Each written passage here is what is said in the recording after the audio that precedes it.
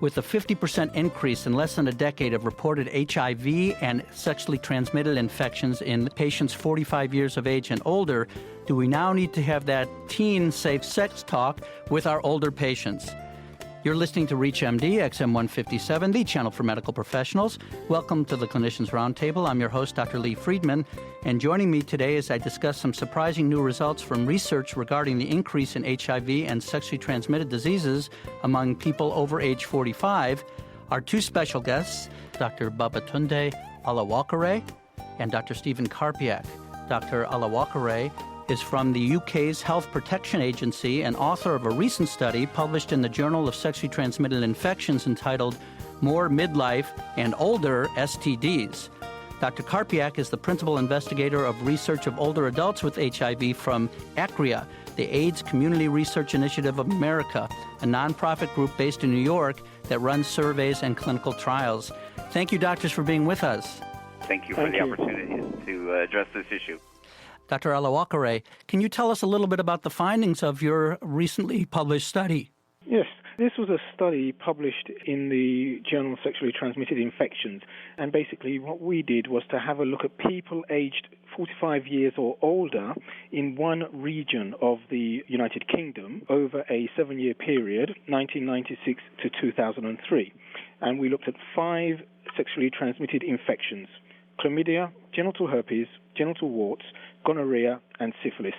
And basically what we found was that attendance at what we call genitourinary medicine clinics in the United Kingdom more than doubled in 2003 compared to 1996, and the rates for all 5 of these diagnoses were significantly higher in 2003 than in 1996. And again, these are in adults over age 45.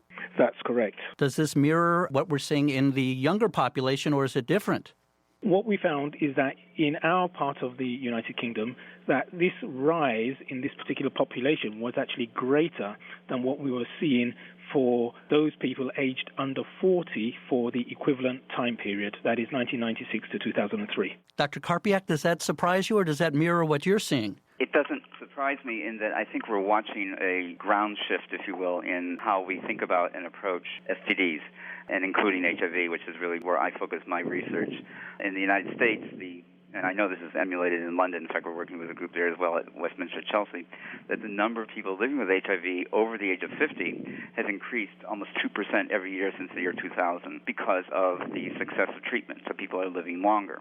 But also the new infection rates, newly identified folks with HIV, increases every year as well over 50. And so that in the year 2000, it was around average 10% of new infections. Now it's up to 16, 18, and in some states as high as 20%. So this is something we never saw before, and it requires us to kind of relook at the statistics and look at the epidemic, and that includes all STDs. But HIV, unusual in that it is an STD, but it's also one that, if untreated, causes death. What is being observed there in England is analogous or reflects a similar pattern we're seeing here in the USA. One of the problems that we face is that heretofore, very few people have looked at STDs based upon age. And usually it's always been relegated to the younger population as an issue that rests there. But we're watching the tsunami, if you will, of boomers out there in the ocean. They're going to hit us all of a sudden, and they're going to change how we look at things. And I think it's time for a mindset change for everyone, particularly clinicians in their interactions with their clients. Dr. Olowokure, are there certain trends or social forces that you think are behind the rising incidence of these type of infections? There's actually not much evidence in terms of the research work that has been carried out in this particular age group to actually find out what the reasons might be. But some of the evidence that we are seeing is that most of the people in this age group are undergoing sort of relationship changes. So therefore, they're more likely now to be single, they may be divorced or separated, just actually having more relationships. So rather than having a monogamous relationship, they're having several different relationships, so therefore multiple partners. And this, we believe, is contributing to the problem. There may also be the issue of people using the internet, so it makes it easier to identify sexual partners. And what the evidence shows is that once you identify sexual partners from the internet, you are at greater risk of getting a sexually transmitted infection. And of course, we should also mention the use of pharmaceutical products as well. And so therefore, products which are used to counter erectile dysfunction in men are also linked to risk-taking in terms of sexual activity. All of those things certainly make good sense. Dr. Karpiak, do you agree with those? And are there any others that you're seeing? I think the observation about the access to the Internet clearly has changed how one connects with other individuals and makes it, if you will, easier in some respects to accomplish that. But I also think that it's interesting to hear you mention the fact that people are ending relationships, or, if you will, once again, boomers, when the children leave the nest, and often that precipitates ending a long-term marriage, and then people go back into the dating scene. And we've certainly seen that here in this country as well. I also think that women who are postmenopausal tend to view themselves as not at risk. They are happy to, no longer worry about a pregnancy, and they tend to forget about their risk for contracting STDs, including HIV. And because of some of the physiological changes in the vaginal wall and lubrication, et cetera, in fact, they are at higher risk, which is part of the reason that in the USA, 1/3 of the entire HIV-infected population are women, and we find them at higher risk, clearly.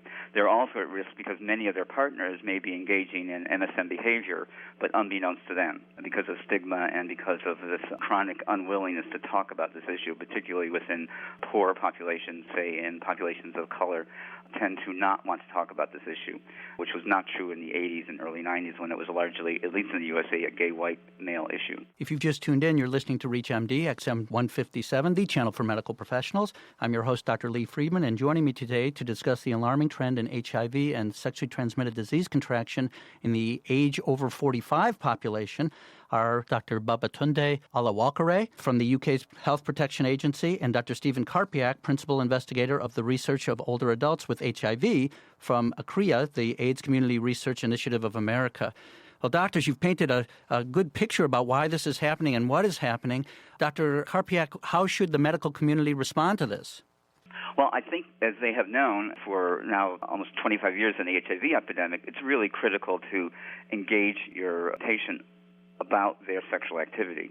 And we know here that physicians are reluctant to go that path under any circumstance, but particularly for the older person over 50, for whatever reason, the physician makes a judgment that, they're not sexually active, even if they are supposedly in a monogamous relationship. So I think it's important for the physicians to begin to have this conversation not only regularly but routinely with their clients, and to also urge them to have an HIV test, which is not standard here in the USA, whereas other STD tests are. I think there's a problem there about communication between the physician and the client, and it's always been an uncomfortable conversation, as we have heard, but it's one that needs to be done, particularly in older adults, and especially in people who would seemingly be at high risk. I think the other note to make here is that, we have suddenly, at least in HIV, and now what I hear in STDs as well, we have a population that heretofore has been looked upon as not having any high incidence of STDs, but in fact they do. So the likelihood of an older adult coming in contact with someone who has an STD, including HIV, increases as the population increases. I'll give you one example. In the U.S. now, 70%, 70, of all people living with HIV/AIDS are over the age of 40. This is a very different dynamic than just looking at younger folks, which we need to do, but the reality is the incidence, the number of people living with the virus, carrying it, not cured, some of it under treatment, most of them, are large numbers. Dr. Olowokure, I imagine in England, as it is here, it's kind of a sensitive subject for doctors to broach with their patients. Do you find that same type of barrier? Oh, absolutely. In the UK, we have the same problem that Dr. Karpiak has just outlined for the US. And it's not just the physicians themselves who find it difficult to broach the subject, but also the client also finds it difficult to broach the subject. And when you sometimes put a physician in a situation where he or she has to discuss sexual activity with somebody old enough to either be their parent or their grandparent, yes, it does become something that's very, very difficult. And we also have the actual concept that society has of older people actually having sexual relationships or engaging in sexual activity. The concept of the elderly or older people is that they actually are asexual, and at some stage, obviously, their sexual activity switches off and no longer becomes an issue. And this image is perpetuated by the media as well, but we also have a problem that the people within this age group, as has been outlined, do not actually perceive themselves to be at risk of sexually transmitted infection. So condoms are actually seen as a method of preventing pregnancy, rather than preventing sexually transmitted infection. Also, when you have men who have had a vasectomy also would then tend not to use protection. And so we have a lot of issues here around communication, the perception of society, or the perception that society has of older people and sexuality, as well as the fact that many policies or sexual health programs do not actually cater for people in this age group. They do tend to focus on the young who have a much higher incidence or prevalence of sexually transmitted infection within their population. Dr. Olowokure, I'm sure your study is helping some, but I think also, correct me if I'm wrong, is there an ignorance on the part of medical providers? I was not aware of the data that we're talking about until we sat down to do this interview. It's been quite interesting since this particular study has been published focusing on this particular age group. It generated a lot of interest, and we've had a lot of inquiries about it, both from professionals as well as from the media. And to me, that's a good thing, because I think awareness needs to be raised around this particular issue. People need to be aware, health professionals need to be aware, and policymakers also need to be made aware that sexually transmitted infections can be caught by anybody, regardless of age. And Dr. Karpiak, should there be some additional efforts in terms of messages to the population, besides just what their individual physician might advise? Do we need to take on a public awareness campaign? I agree, and I agree with what was stated. I think that there's a need here for a conversation to occur, a dialogue that very many people avoid. It's interesting here in New York, and we're the epicenter for HIV in North America. We have over 110,000 folks in the city living with HIV/AIDS who are in care. And what has happened is that because of our work, and I agree, we've got a lot of media attention to it, which is great, is that, sex sells. The politicians here in the New York City Council decided to invest now for 2 years in a row $1 million to begin to mount a campaign to educate older adults that they are at risk. And I think that what this is causing is kind of a groundswell of activity from within the community that, they realize that they are at risk and that they have a conversation among themselves as well as, intergenerationally and with their physicians. So I think it's breaking the ice. I mean, we have actually in this last year produced much literature, from brochures to booklets about the issue. So I think that there's a need for a campaign like that. New York tends to take the lead on these things because we tend to be a crystal ball, if you will. But every community needs to do that. And the literature has to be culturally specific and, take into account the age as well as other factors when discussing still a very sensitive topic.